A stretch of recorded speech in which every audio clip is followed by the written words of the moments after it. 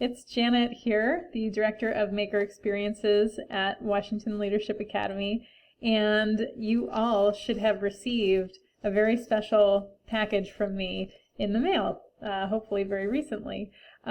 This contains all the ingredients for a robot dance party.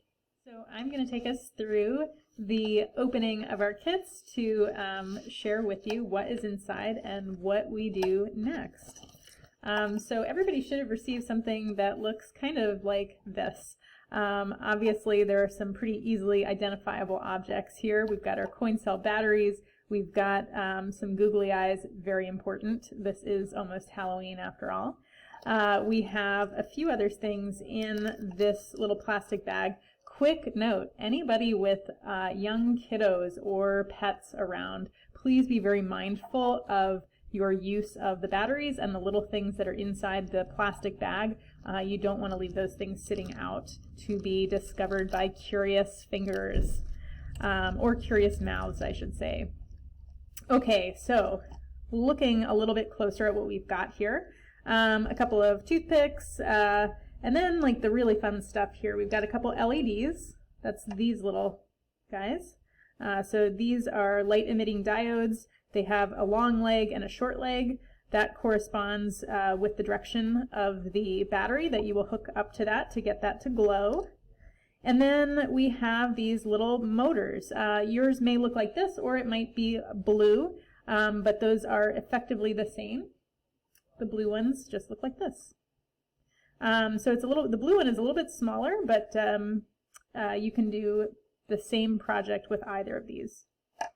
The other things that you have in here include a laser cut piece of cardboard that will make your robot body and some washi tape. This is Japanese tape that is really useful for a lot of different purposes, but it's also very practical in the sense that you don't need any other tools to use it. It's very easy to rip, and it will cooperate really nicely with a variety of applications. So with these things, I would love for you to start just kind of setting your pieces out, start thinking about what your robot name is going to be, what's their personality like, what are their preferred pronouns. I mean, there's a lot of stuff that we're going to have to get into, and we're going to get to know our little robots as this progresses.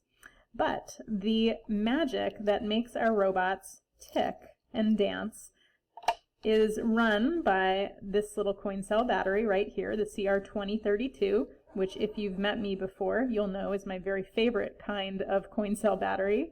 And as I said, one side is very flat, one side has textures and bumps on it. The flat side is positive, the bumpy side is negative. And that correlates to those long and short legs of our LED. So if you haven't played around with LEDs before, they're really, really fun. And you can get them to work for you just by simply connecting them directly to your battery, just like this. Some of you have a few different LEDs in your kits, and you can hook multiple ones up to a battery at the same time. However, if they are different colors, sometimes that will cause the behavior of the LEDs to function differently, and that has to do with the amount of energy that the different diodes require. So different wavelengths require different amounts of voltage to pass through them in order to turn on, right? So everything in the world of electricity follows the path of least resistance, and this is a great demonstration of that.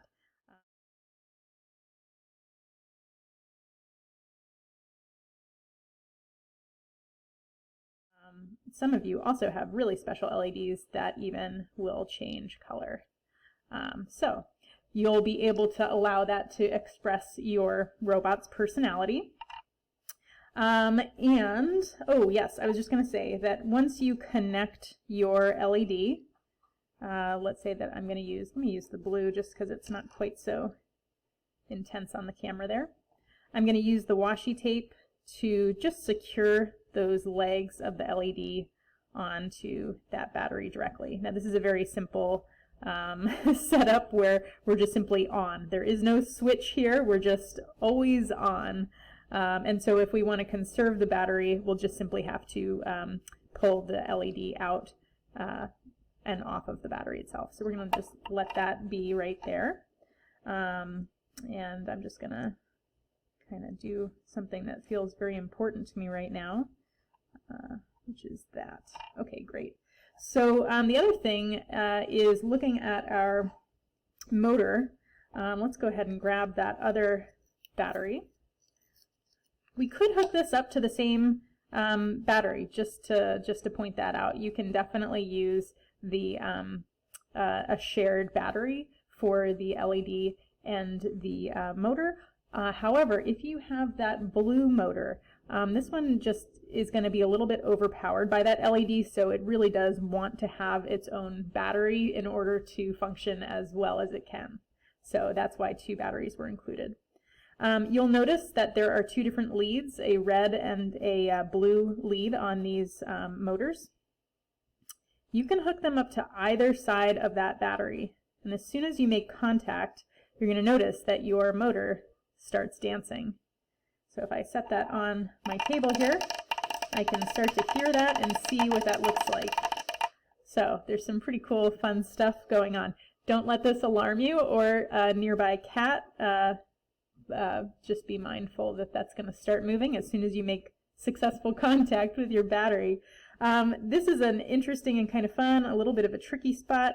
You're going to connect that and use that washi tape. This is really important that you get your washi tape to securely hold down those exposed metal leads, because that's the magic, right? That contact has to happen, and the fact that this is going to be dancing is sort of trying to undo itself.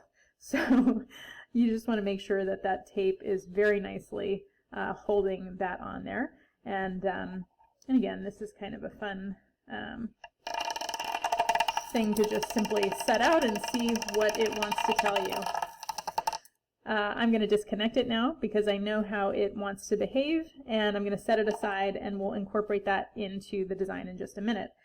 When you look at your pieces of the robot body, I have laser cut a bunch of different pieces of cardboard for you all, and they fit together in this nice way.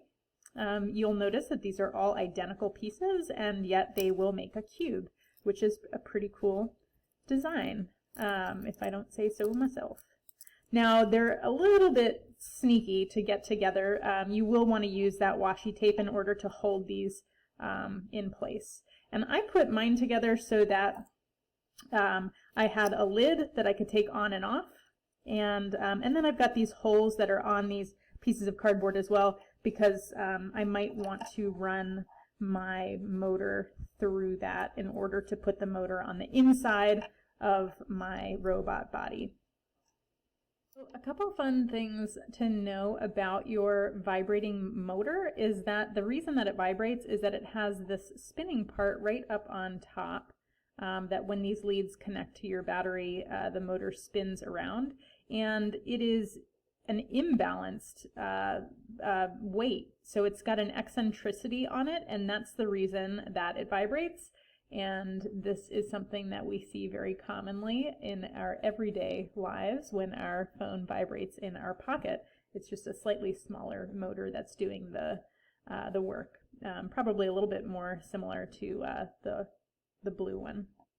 So just a couple things that I want to point out. If anybody wants to have a spinning like sign or flag that your robot is proudly identifying with, that is awesome.